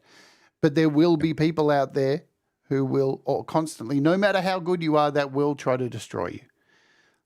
And that is what we have in this world. And, but I've broken it down, my friend, to just there are two types of people. And I know this is very black and white. You're either an asshole or you're not. Yeah. And, you decide. And exactly what you said, I'm fully with potential. You are you say, you are your actions. Yeah. You are what you create. You have the power to be anything if you do so. Choose. But the choice is yours. And that is the beginning of the Bible. You have the choice. There you go. The word. The word. You have to convince yourself. Belief. Like, do you believe in God? It's hard to believe in God if you don't believe in yourself. You got to believe in yourself. And I know that sounds Luciferian because Satan worships himself, but like you said, there's a confidence. That there is a confidence you got to have to truly believe in anything. Are there aliens watching us, Jesus? I hope so. I really hope so. I know there's some in the chat. If we're going to be completely honest, there has to be some aliens. Are they lizard people? Well, if my grandpa's watching, we definitely have some illegal aliens watching. So there are. He's a little lizard-like. He's very mean, very grumpy. You know what's interesting with the lizard people? We all have, from time to time, lizard brains. Yeah. You can try not to have lizard brains, but we do have lizard brains. We are very primordial at times. We are cavemen. Yeah. And at times we are compassionate and beautiful and create amazing things and do amazing things for people. Yeah. Should we hide our emotions, Jesus?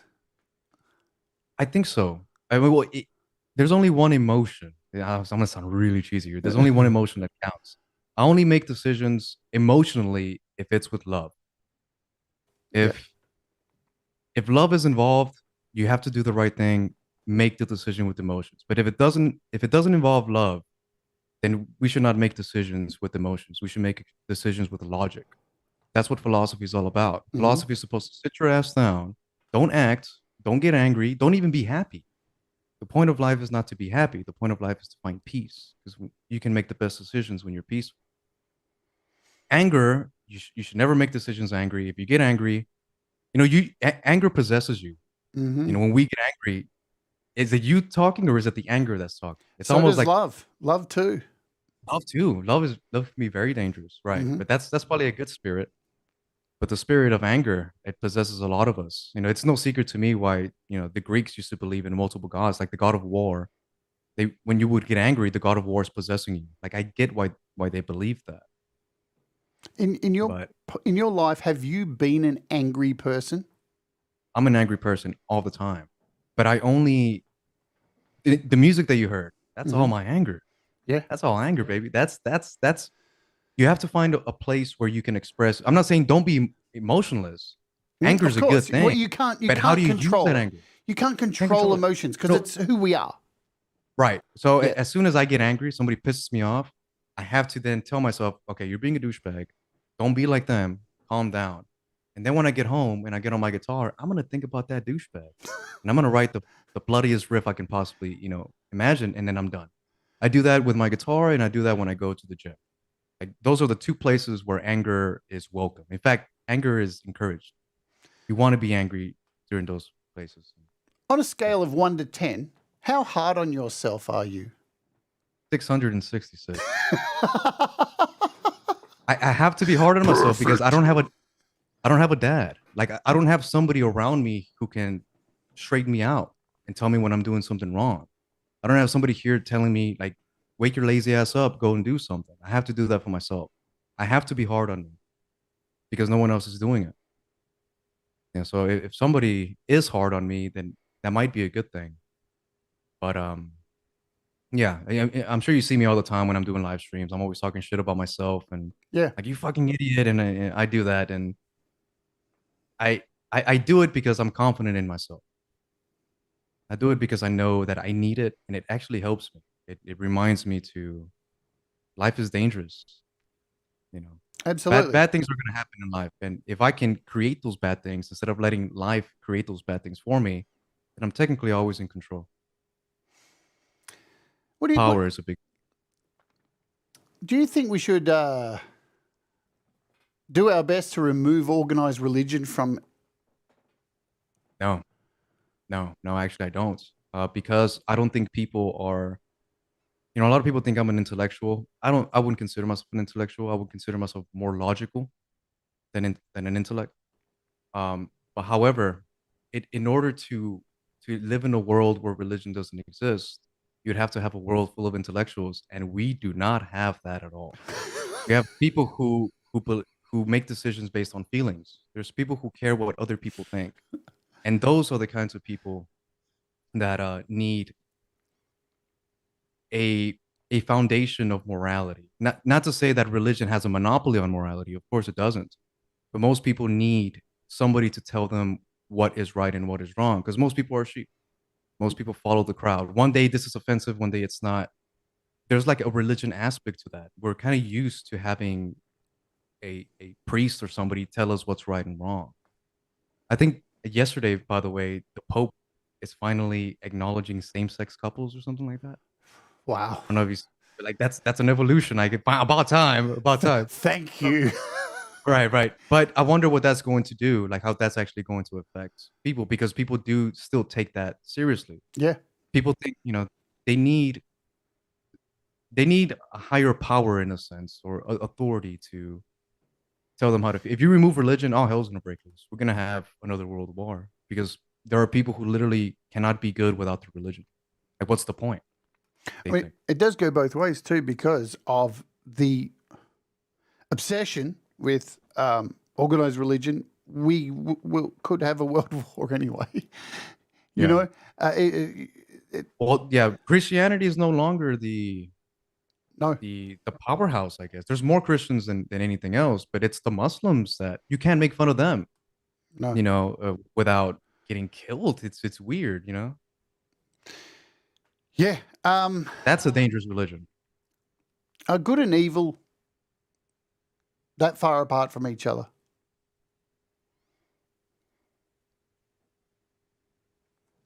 I can't see one existing without the other. This is why it's hard for me to believe in the God of the Bible, because the God of the Bible is only good. I'm like, no, if God is complete, then he is the most evil as well. If God is 100% potential, then anything that does exist, whether it's the goodest of the goodest or the baddest of the baddest, God is complete. There is no God in Satan. There's only God, if God exists, in my opinion. And good and evil need each other. If you're only good, you're not being good. You're like, what's the right word? You're nothing in a way. If you're only bad and there's no good, then again, that's like stalemates. I do believe in balance, but I don't believe we should live our lives trying to achieve balance. We should be unbalanced from time to time. Yeah. Like when you wake up really early and you want to go back to sleep and you're like, oh, I'm tired, but you still got to hit the gym. That ain't balance. That's you're off balance, but that's a necessary struggle, in my opinion. Not wanting to exercise, not wanting to go for that walk, but you do it anyways. That's not balance. That's control.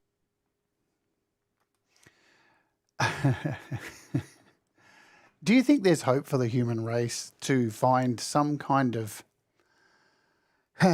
place that we can agree to disagree and move forward in being less against each other? Yes. Yes, I do. I think that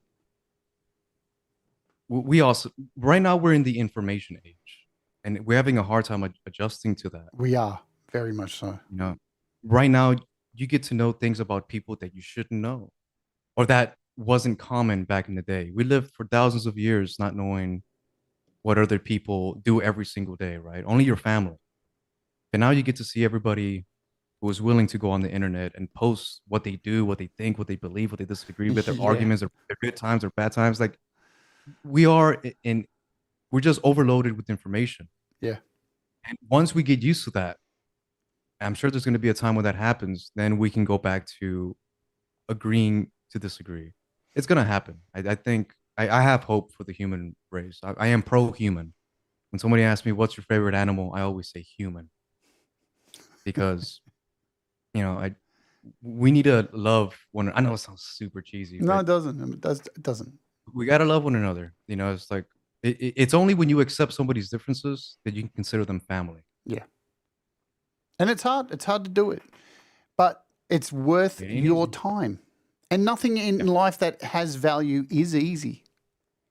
Yeah. Right. So Indeed. it's worth the time to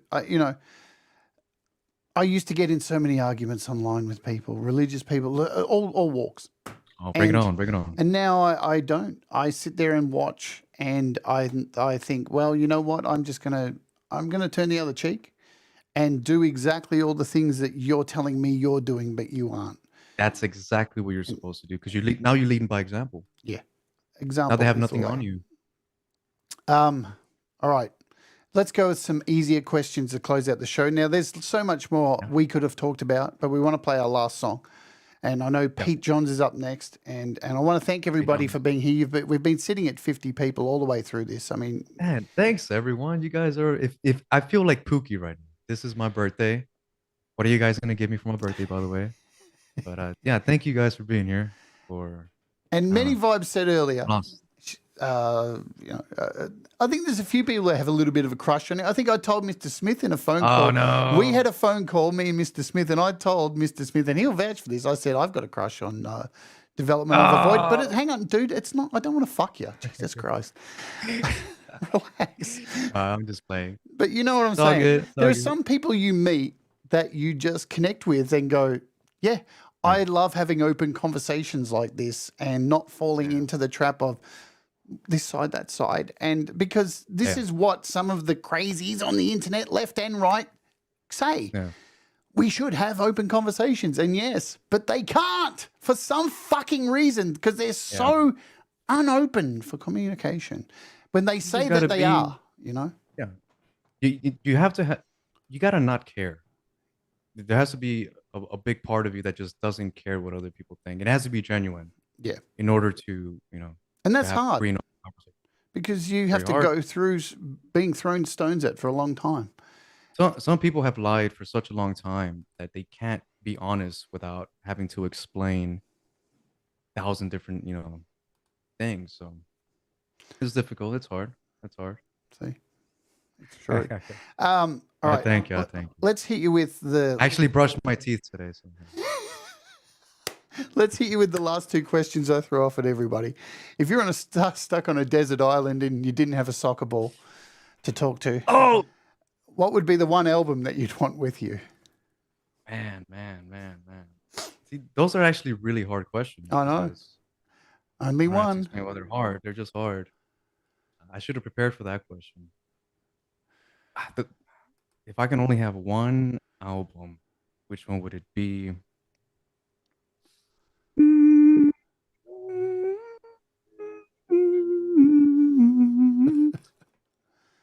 It would probably be a King Diamond album. You were talking, you know what? I'm going to pick them. I want to pick King Diamond's. Because the first King Diamond album was amazing. Abigail is what they're known for. But their third album, Them, that's when because to me, Abigail feels like Merciful Fates. Like that's the last squeeze from Merciful Fates. Yeah. Them is the first real King Diamond album. Totally. That's when he went full into story mode. He made T evil. Yeah. How can you make evil? Dude, I did a show on pillows. Oh, there you go. I know you can make pillows evil. You can turn anything into content. You know what I'm saying? Yeah. If they sleep with the pillow on their face instead of behind it, that's very evil right there. If you were to give advice to someone starting out making music or being creative, when would be the best time to start? After you subscribe to my channel, first of all. But I don't know, like if you want to be a musician and you're not a musician, it's probably because your life is already complete. Like everybody's life is complete. And what I mean by that is, if you aren't doing what you're doing,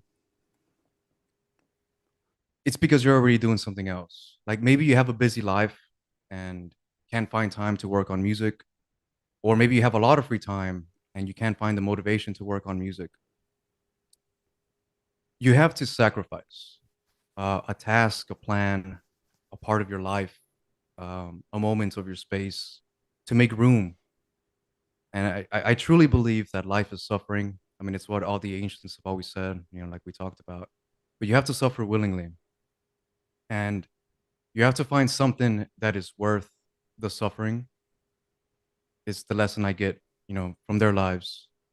On your tombstone is going to say, your tombstone is not going to say, read how you felt. It's only going to read what you did. So in order to take your life seriously, you have to laugh at like misery in a way. So like, when should you start? You should start when you kill the part of you that is protecting you from struggle. Nice. We're going to play this last track.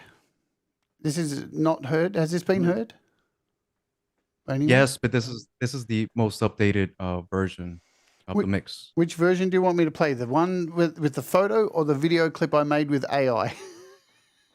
I mean, we're already in the blasphemous conversation. You could put the one with the AI. All right, yeah. Cool. So for you guys, Jesus sent me a photo to use. I'm going to show you that photo. We're running slightly over time, so sorry to Pete, but it's only going to be 5 minutes longer. So you sent me a photo. This is the photo right here. And I put this into an AI, and I put in a whole bunch of keywords about Jesus and blasphemy and blood and crosses and aliens. It's really evil. And it spat something back. So we'll use this as the video clip, and this is the song. We're going to get out of here. Thank you so much for coming on here today and spending some time with me and everybody here. Thank you, everybody in the chat, for hanging out. It's greatly appreciated. People who donated memberships and super chats, thank you so very much. Thank you to DistroKid, a sponsor, as always. And what have I got coming up? Let me tell you, tomorrow we're taking a look at the new Cubasis sounds for iOS, plus Walk With Me episode 3 is happening. You're not going to want to miss it. I went into St. Peter's Catholic Church and went, oh my God, it was fucking amazing. Fucking amazing. So that's happening tomorrow. And then on the weekend, I'm doing an opening hour death metal Christmas special. So be warned. Oh, hell yeah. That's going to be badass.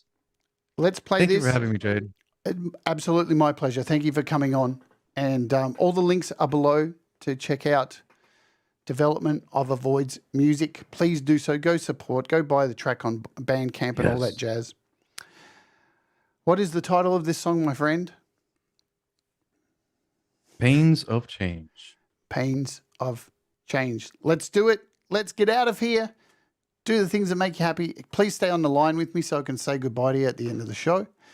Indeed. Do the things that make you happy, folks. Mistakes make you better, and we'll all rise together. Let's Oge.